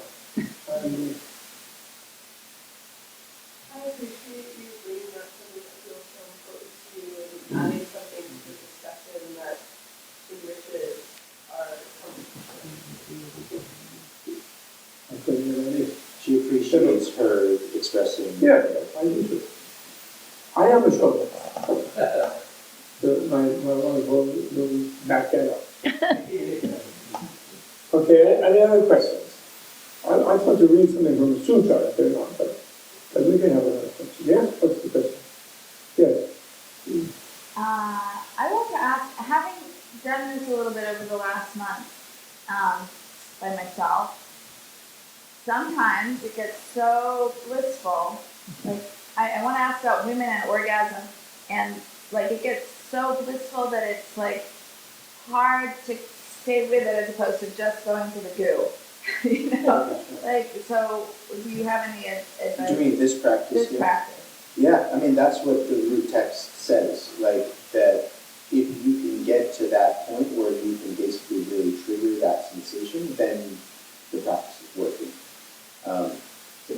But my question is, how do I do that all the way? It's almost like it gets so intense that like I just abandon. I'm like, okay, I can't do this. I can't tolerate this much. How do you tolerate? How do you? Yeah. Right. So from my experience, it's to expand your capacity to bliss. So because we live in a culture that's not very bliss positive, like we're all so addicted to suffering, Yes. that like we have to learn how to expand the capacity to bliss. And so part of the practice, I would say, is learning to examine how much bliss you can contain without, you know, going into the goo or just like, deciding to get into something that makes you suffer or to, you know, Yeah. getting caught up in judging yourself or whatever brings you down. It's just this energy. It's like so much energy. Yeah, totally. We'll see. I think Nita, there's more steps in the practice. So I think Nita will hopefully show some more things, because there's things you can do to kind of circulate the. Is it also the case that the channels are not that open, and so the energy kind of is getting stuck? Totally. There's no place for it to go, but over time the channels expand and open and can contain Exactly. and No, distribute that. totally, and that's why also doing these in the context of also doing yogic exercises, breathing, meditation, or even, other things to just open things up. And that includes working with the mind and emotions and past traumas, and it's a powerful practice in that sense, so the central channel is actually like the deepest layer of your energetic body. So, it's very deep work. You had a question. I think it's really sort of I can't hear you. Okay. Maybe you'll so I have spent the last year and a half living at a Zen-inspired monastery, and Something where? doing a Zen-inspired monastery in Nepal. Okay. So self-esteem is not required there, but no sex, no sex is allowed on site, and even masturbation is sort of frowned upon. And so my partner and I have been sexually active for a month after spending a year and a half in a celibate relationship. And so for me, this is like my first foray into Vajrayana at all. And so like, I love the conversation about bliss and joy, and find it really hard to like welcome it because I've really been focused on like foregoing both pleasure and pain and like not really just like sort of moving beyond just human sensations in general. So my question is, do you have any advice for me in the next few days and going forward and like beginning to incorporate these teachings and merging them with the training that I've already, with the foundation that I already have worked with? Can I ask you, when you say this is your first foray into Vajrayana, have you had any forays into other kinds of Buddhism? Or is Buddhism your first foray into Buddhism in general? Well, You have been living at Zen monastery. what's that? She lived in a Zen monastery. Oh, Zen monastery. Oh, okay. So you had a big foray in Zen now, okay. Yeah, and at the Zen And that's monastery, unusual that a Zen monastery would be fully celibate. Because they used to be before 1867, and then they were all forced to marry by the Meiji government because they wanted to break the power of the Buddhist institution. They want every building in Japan to be a household, so that they could control them and mobilize them towards nationalism and Shintoism and all this kind of thing. So they wanted to break the back of monasticism, which they actually did. But celibate monasticism. But so that's amazing that is it an American Zen place? So Zen inspired, right? it's Zen What? Zen inspired? Yeah, so it's Zen inspired. Oh, Zen inspired, so And American. it's not celibate, but no Oh. sex is allowed. Oh, on site. No sex is allowed on site. Oh, great. And so for the residents who are living there, there's the option to be celibate I see. as part of our training. Right. And it's actually considered by our teacher who was trained at Sogenji, a Zen monastery in Japan, Right. to be the best way to do the training. Right. So Vajrayana, there are two ways of understanding Vajrayana in the Tibetan system. And one is that Vajrayana is a separate vehicle from Theravada, or not Theravada, but what they call Patimokshayana, individual liberation vehicle, again like the individual liberator vehicle, and then Bodhisattva vehicle, which is Mahayana, and then Vajrayana is something separate from them. That's one way. But the majority way is that it is the esoteric aspect of Mahayana, so it's not actually a different vehicle from Mahayana. And Zen is a kind of Mahayana, right?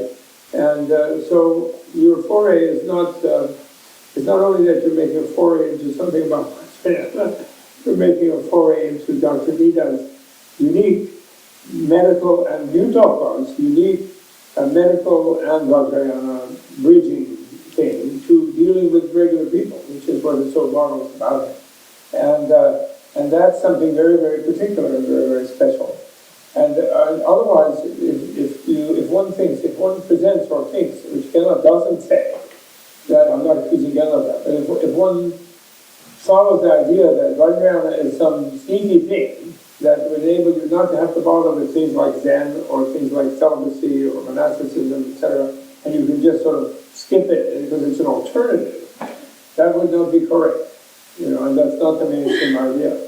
The motivation for Vajrayana is the Bodhisattva motivation, 100%. Because the Bodhisattva gets this idea, I'm going to be a Buddha to help everybody. I'm not going to just get my own liberation. I'm going to help everybody be liberated and become enlightened. And then she or he signs up for 3 incalculable aeons of lifetimes to become a Buddha. And then they look around their world and at their relatives and their friends and their peers, etc., and they feel, how can I leave them waiting for me to be of help to them for aeons and aeons of lifetime? Is there a quicker way? So then they wish to accelerate, involves starting to work on these subtle level planes, to try to to become enlightened more quickly. And even, I would say, the consort business has to do with trying to do it without dying. Because one of the reasons for the many, many lifetimes is that death is a huge quantum leap in evolution. If you're approaching it with the aim of evolving into some sort of more wise and more gentle and more compassionate and more capable being. And so the idea that you could do that without having to die, you get into the area of that without actually leaving the coarse body is something that the Bodhisattva gets very excited about. And that's all it is. It's like, and it's just like Abhidharma. The Vajrayana has its own Abhidharma, which is just dealing with the super subtle level of things, if you follow me. And like the main analogy would be this. You could visualize, and a lot of it has to do with meritorious things and altruistic things, like giving gifts. And then if you read the Jatakas, former lives of the Buddha, in many times he gives his body, sometimes he's the she also, gives their blood, he gives, deals with all kinds of, gives their eyeballs. One time when he's a king, he's so thrilled about it, has a transplant operation by remaining conscious, having his eyes removed, etc. And in the courtroom. And so you could dream that you would have 10 experiences of giving your body in a dream without all the mess, if you follow me. Because you're like in the Matrix, it's just like you're in a subtle plane of your dream body. But you could go through giving up that dream body at 10 times in one night, or 100 times if you could accelerate the video, And that's sort of what the Tantra thing really is. It's like it works with this super subtle nervous system level, and it tries to deal with this sort of evolutionary morphology and accelerate it, and in order to be able to be effective sooner and faster. So that's what it is. And so what you're discovering is either there's a batch of Mahayana Buddhists who went totally insane in India, and they think they can do all these things that materialists would absolutely not agree to, or that Buddhism has another zone of super science, like neuroscience type of thing, but even more amazing than that. Or neuroscience, if you like to use the expression. And that's what you're discovering. Right? And I actually personally, historically, I would say China had a weird problem about Tantra. The people came to Utaishan, Manjushri's holy place in northwest China, on the edge of Mongolia, Tibet, and China. And some siddhas came from India, and they translated things into Chinese, Buddhism, other Tantra, etc. In Huang, in the Dunhuang caves, there are Chinese translations of some Tantric thing. And the Chinese totally basically didn't pick it up. And it somehow skipped over them, and the Japanese formed a big school, the Shingon school in Japan. But the Chinese never did. And so in a way, that sort of more esoteric thing, the more immediacy toward Buddhahood and things like that, were picked up in Zen, I think. And the reason they couldn't deal with Tantra is their way of treating women, precisely. Okay? They kind of, I don't know, nobody but them ever broke the feet of teenage girls, or 7-year-old girls. So the hobble them, so to speak. Only, that's not even the Arabs didn't do that. Or the genital mutilation they did, but nobody even broke the bones in their feet. So they don't want this kind of thing that exalted the female energy in a certain way. It seems Chinese culture, Confucian aspect of it didn't allow that. And so Zen had a kind of esoteric thing like that, and I think it's a truly great tradition. But it doesn't have these kind of subtle body stuff in an overt manner. I think some of the Zen people did know about it, though, personally. But it's hard to find,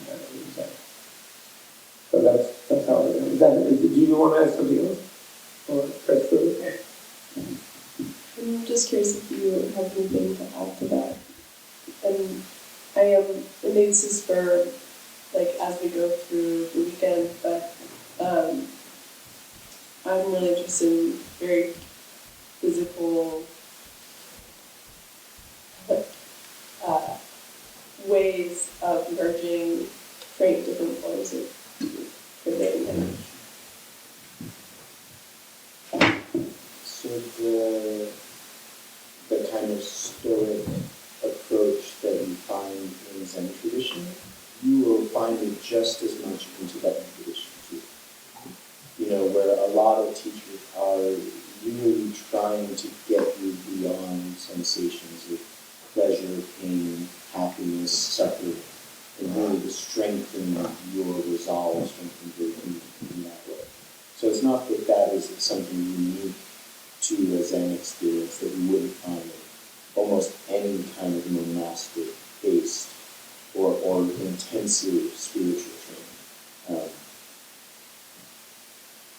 So in this context, you might say that, you know, we have something called like there's the one that was like what you do as a preliminary to prepare the foundation for your healing. So these practices you can see as complements or as additional things that this, like everything that you've been doing is only strengthening and refining different other aspects of yourself. So this is a different way of training. So you can experiment with it. You know, and I think the unique thing about the Vajrayana too, as Dr. Nida likes to say, is like that it's very, very rich with methods. There are many, many methods. If you are drawn, if you have a certain emotion dominant, there are methods of working with that emotion. If you're a more physical person, there's physical things. If you're more mental, there's very cerebral things. If you're more desire-based, there's these Karmamudra type practices. So the idea is that there are many possible practices that can aid you on your path. And to work with all of them, of course, ideally you have a good guide, whether an external person or your own internal compass to lead you to where you need to go and what you need to be doing. But yeah, I mean, I would suggest that there doesn't need to be any kind of contradiction or conflict between these practices here and the practices there. And then to go with what Bob was saying, there is a tradition called secret Zen, which is some kind of Zen mixed with some of these inner Vajrayana. I don't know much more than I've seen some Qigong masters that were from this kind of Chan or Zen tradition that had worked more with the inner yogas.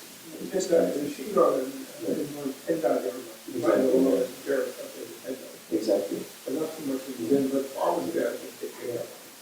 And you know, Zen or Chan Buddhism influenced Tibetan tradition quite a bit as well too. In Samye Monastery, there was a whole branch of the Samten school. Oh yeah, they were trying to do that. Yes. And then there's a lot of people. I don't know, Bob, what your feeling is about it, but a lot of people say that when there was that debate versus the Hashan, whether Tibet. He left his shoe when he left town. He said that was his attitude would be coming back. Exactly. Because he left his shoe. Uh-huh. That's what they say. Yeah. So, there was, in early Buddhist Tibet, there was a discussion of whether to adopt more Chinese Buddhist style or Indian Buddhist style. And they went with the Indian one, but the Chinese, or this Chan tradition, never really left, and very strongly influenced, especially the Dzogchen tradition. The thing about Tibetan culture, the thing about Tibetan culture that you might find is that Tibetans are very fun-loving. And Tibet is unique. The miracle of Tibet, I could say, is that those Mahasiddhas from India went up there, and their air, the Nakwas, what they call, and the Nagmas, the Nagmos and Nagpos, that he talks about in some of his works. And they actually more or less demilitarized a highly, like a Genghis Khan type conquest society. In the 5th, 6th, 7th century, Tibet was a super conquering society. They beat up Chinese a couple of times in those days. And they overthrew some emperor who wasn't paying tribute to them. They were really rough, like the Mongolians later. And eventually they became more or less demilitarized. And all the machos became stuck in the monasteries. And therefore, I call it a mainstream Buddhist society. The societies that retain the king and the military, and then still get people, and then Zen, you could definitely say, was like a way of housing samurais when there was no more need to fight for the local lord. Get them to put that macho thing into conquering themselves, which was a really good thing. But still, it didn't really control the whole society at all. Whereas in Tibet, they were totally ate over Tibet, over Buddhism, and they became totally nonviolent in a way, socially speaking. And personally, they might beat you up in the street, I mean, an individual life. But the government had no military budget, which is why they got chewed up in the last century. So happiness is allowed in Tibet. It was, as grubby as some aspects of it were. But it's not against the law to be really have a lot of personal energy. And I always think of my favorite guy is this one guy who came from Kham, eastern Tibet, maybe 1,200 miles, bowing every 3 feet onto the full prostration in the dust. And he had greased lhasa, and he had very few teeth, and he was all by himself. And he had this huge grin and sunburned face, and his energy was huge and his joy. And 4 or 5 Chinese policemen with cattle props, like all dressed up and well fed, and we were just completely crippled with tension and frightened of him. And he's like nothing, nobody, and filled with individual energy. And he didn't have a girlfriend. His girlfriend was Mother Earth, and he was throwing himself on the earth. Wasn't a monk, well, he might have been one day. But he's I don't even know his name. The guy always lives in my imagination. The way he's smiling, truly what we call an S-eating grin. And they are hooked over him. All he's doing is bowing around on the Kodak. Because he's come all the way from Kham over, but through a winter, a long period of time. And Tibet is like that. So that's what you're bumping into. We can take more questions after dinner. We should stop for dinner, but yes. Yes. Yes. Would you want to ask that? Yes. Give it. As long as I Yes. really appreciate what you're saying. Okay. I appreciate what you're saying. I also, my primary practice has been Zen, and I think similar to like Hatha Yoga and like Ani Yoga, I'm interested in Vajrayana, like as a way of supporting Zen, and I feel like Vajrayana reminds me of how some Zen monasteries I visited, like often, like there's the pairing of Qigong, with Zazen, and so like, but I feel like I have questions similar to you, of like, okay, like physically, like for me, I feel blockages in certain places, and so I'm thinking, okay, how can I open that up? And I like how Vajrayana has this specific vocabulary. So my question is similar. Well, one thought is so in terms of somatically with the red and the white essences. So we're talking about like based on gender and so forth. What are we focusing on? I'm really curious in daily life about. Well, I guess it's 2 questions. One is like in daily life how we might feel these energies. Like, is the red energy more like if we're really passionate and emotional, and we feel it up here, whereas maybe guys are more commonly like chill and they feel the more like the passion down there, and I feel like an area of my experience that connects with this, and I'm curious if my view of it is correct or not, is like with I'm queer, trans and bisexual, and I have friends who are queer, and it seems like based on sexuality, people's heat versus coolness is in different places, and sorry, it's a little different questions, but I guess 2 questions. One is for me personally, I'm wondering about how to practice in terms of being transgender female, and sometimes often I find the heat is down here, and so I'm trying to work to bring that up. But then there are other times where I feel more emotional and the passion's up here, and is it okay to visualize myself as female? It's not about gender, but depending on how the energy's feeling, to imagine its feelings in different places. So I guess that's the first question. And then the second question is just in terms of queer people and everyone in general, that is it accurate that, like, based on sexuality, for example, that the what she wants to be in her place. It's like I have a friend who's non-binary and was assigned male at birth, but is super passionate, and I feel like they seem very red essence up here and would want to like bring that with the coolness. But yeah. Yeah, that's really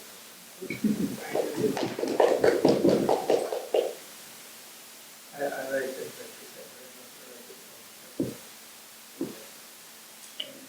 Oh, yeah, that's a very good set of questions.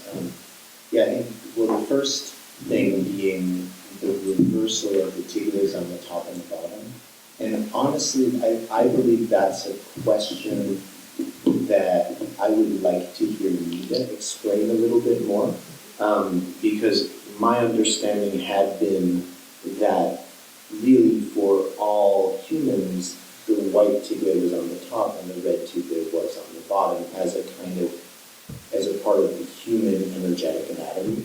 So personally, I'll say that I don't completely understand the reversal thing for the genders, so I can't answer that. Mm-hmm. But there's other practices where you visualize the channels, switching directions, and so on. And what Dr. Nita says in the book, and also what he's taught, is that really you can work with it, so that the fact that you can visualize yourself as a male or a female deity with male or female sets of channels points to the fluidity of the visualized body.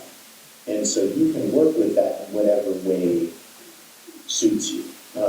But I'd say definitely I would refer you also to Ben Jaffe, who's the guy who kind of edited and compiled this book, because he's also in the queer community, and that's why he tried to add a lot of stuff like that in the book.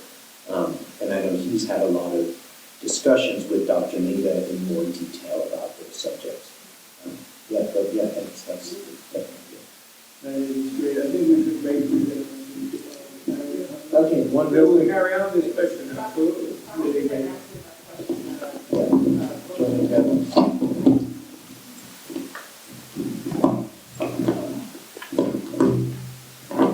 Okay, so when I first saw Dr. Nita, this book reading, somebody asked a similar question, and he answered it very simply. He used to say that it is a fluid system, so whatever you identify with, that's what you're going to use, and it will work just as well. Yeah, because it is very pragmatic. Yes. There's a lot more to be said. And it's interesting, for example, even when you feel the pulses, they can change organ positions, and so I think in some of these contexts it's really an interesting question. In Tibet, they recognize 5 genders, and unfortunately, I don't remember the difference between the other 3. But yeah, they definitely have that as a part of the Tibetan 5. And then two extra combination, yeah. So yeah, I mean it's definitely been there in the Tibetan context for some time. In Tantra, there are practices where males visualize themselves as a female, and really the success in it is where they really feel that. And then there are females who visualizing as a male, but then again, that is less dependent in the literature always every time. So I'm thinking that this, like he said, I have also the idea that everyone basically has the white at the top, sort of on some level, but the fact that he's doing this may connect to some really different, deeper thing. He had this, you read his biography that he mentions in here, he had one nun who taught these kind of energy things, a Tibetan nun, and then another Tibetan woman teacher. And there's some appendices in this book, I mean, there's substantive. So there's a lot to say about it. We'll be very excited what he has to say. And I'm glad that you're here bringing this type of perspective. Okay. Didn't. What? Evening session is at 7:30. Yeah, and anyone who did the Neijang and the 5 rites this morning with Nidhi in the sanctuary, she sent me something like a digital handout that the front desk can email you if you request it from the front desk. It's a short handout, it's like 4 or 5 pages. Okay, thank you. Now, our dinner Tonight, served I about think they're today's gonna style, speak. I'm gonna encourage you guys to head right over there, so dinner's already been out for about 10 minutes. But there will be fresh out as you guys go through the process.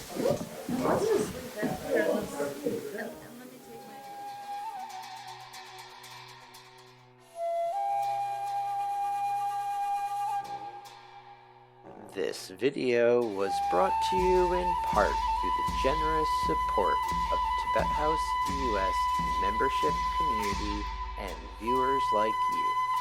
To learn more about the benefits of Tibet House membership, please visit tibethouse.us. Thanks for watching. Tashi Delek.